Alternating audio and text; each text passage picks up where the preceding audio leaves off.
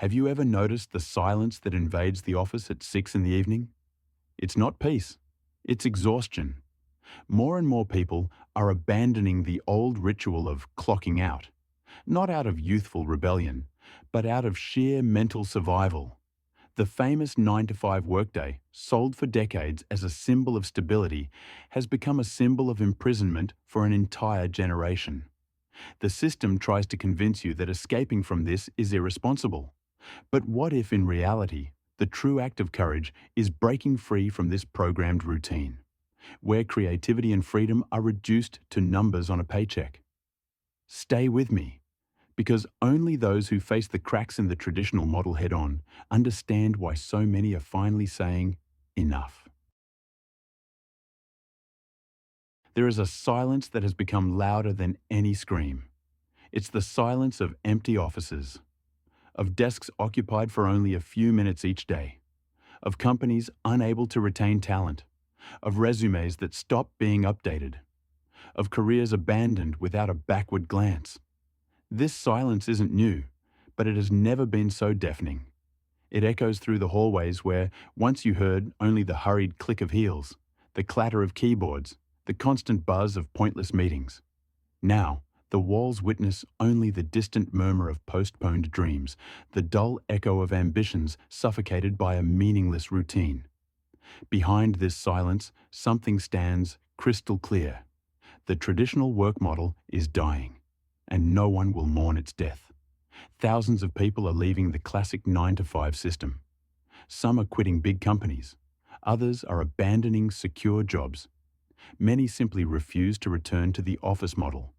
And more, smart, qualified, capable men and women are deciding to take another path. Some see this as just a passing trend, a rebellion of a generation that, they say, can't handle the pressure. But that's not it. We are experiencing a shift in mindset. And this movement is born from the most legitimate human quest, the need for meaning. It's not laziness. It's not rebellion. It's awakening. It's the recognition that to live does not mean merely to function, that success is not synonymous with stability, that productivity is not the same as happiness. It's the increasingly clear realization that time cannot be bought, and that the most valuable currency of the century is not money, it's meaning. And maybe, just maybe, the modern work system was never built to lift up those who work, but to keep everyone under control.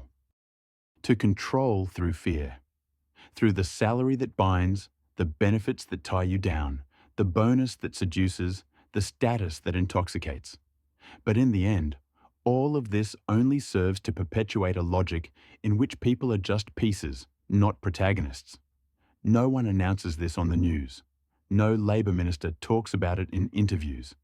But it's happening right before everyone's eyes. People are fleeing traditional work because they've realized something many still deny. They're not living. They're just serving. They wake up early, cram themselves into crowded public transport, cross streets congested with other people's dreams, spend hours in front of screens repeating tasks whose meaning they barely understand, listen to promises of promotion that rarely arrive, and at the end of the day are exhausted, but have nothing real to show for it. How many people do you know who no longer remember why they do what they do? Who have forgotten why they chose the career they chose? Who work, consume, survive, but don't really live? Who feed on coffee and expectation, but go to bed full of emptiness? This cycle, repeated for decades, used to be accepted as destiny. Today, it's seen as a prison. And when you realize you're trapped, the only rational response is to try to escape. But it's not an aimless escape. It's a search, perhaps a desperate one, for a truer horizon. For a life where work isn't just a means of survival, but a tool for fulfillment. Where Monday isn't a punishment, but a blank page. And that is exactly what thousands are doing. They're escaping, not out of fear of working, but out of a desire to live. To truly live, with presence, with meaning. To live knowing that time is finite, and that every minute spent on something that diminishes us is a minute stolen from who we could become. One of the pillars of the 9 to 5 model has always been security. The idea that as long as you follow the rules, clock in, deliver results, and keep your mouth shut, you'll be protected. But that illusion has collapsed. How many people have lost their jobs after decades at the same company? How many have seen entire projects disappear overnight? How many invaluable professionals have been replaced by technology or by someone younger and cheaper? The globalized economy is a game of Russian roulette. Today, what guarantees your security isn't a signature on your employment contract, but your ability to adapt, reinvent yourself, and keep learning. The cruel truth is this: there is no security in the system. There is only dependency. And the more time you spend inside it, the harder it becomes to leave. The harder it is to question. The harder it is to imagine another way of living. Many stay there out of fear. Fear of failure. Fear of making mistakes. Fear of losing what they already know they don't want. Fear is an invisible but real prison. It paralyzes, numbs, makes people accept crumbs in exchange for empty promises. Fear turns adults into frightened children, waiting for the next order, the next raise, the next Friday. But those who have left have understood something fundamental. It's better to risk being free than to live safely in a lie. Because freedom isn't the absence of risk. Freedom is choice. And choosing, many times, means giving up guarantees in order to gain dignity. It's refusing to play a supporting role in your own life. One of the greatest traps of our time is believing that human value is measured by the number of hours worked. Hard work has become synonymous with virtue, with character, with commitment. As if sleeping little, eating fast, and answering emails late at night were signs of greatness. In reality, they are signs of programmed exhaustion. And while millions follow this insane pace, few stop to ask, where am I going? Who really benefits from my effort? And what if I were investing my energy in something that actually made me feel alive? These questions scare the system because they challenge the very engine that keeps everything turning.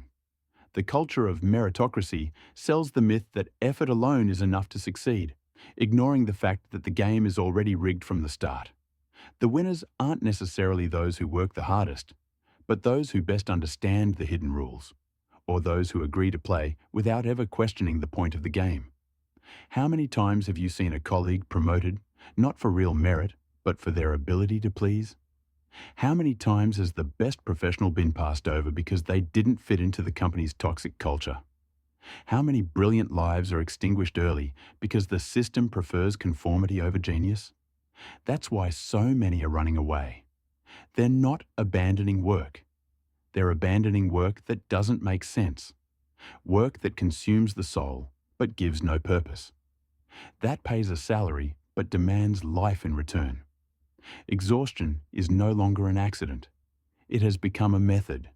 Fatigue has become a bargaining chip, as if sacrificing your own health is a sign of devotion to a higher cause.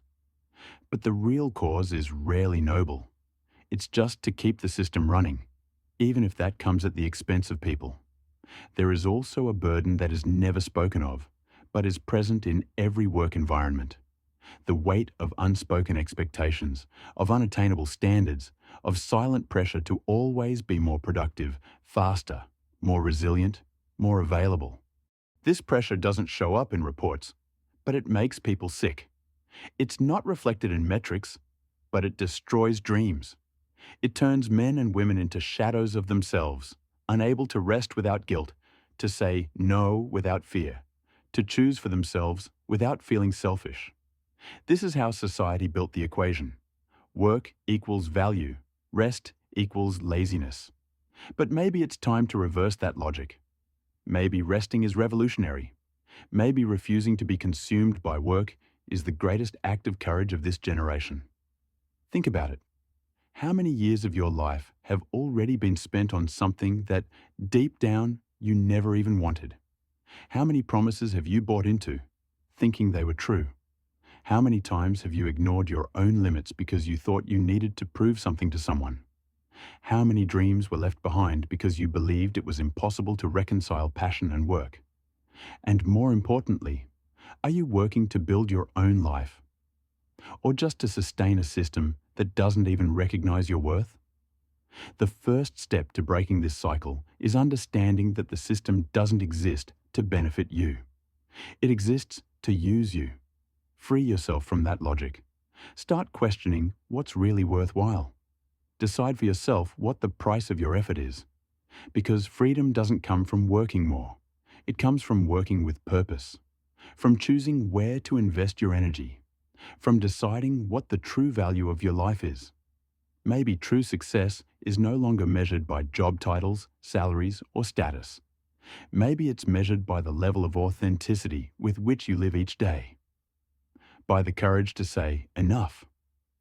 By the boldness to reinvent your path even when everyone expects conformity. And maybe, just maybe, true success begins with a single question. What is my own worth? And that answer, my friend, no one can give you but yourself. But one thing is certain. As long as you keep accepting less than you deserve, the system will keep existing. Not because it's strong, but because you haven't yet decided to be free. The choice is yours, and yours alone.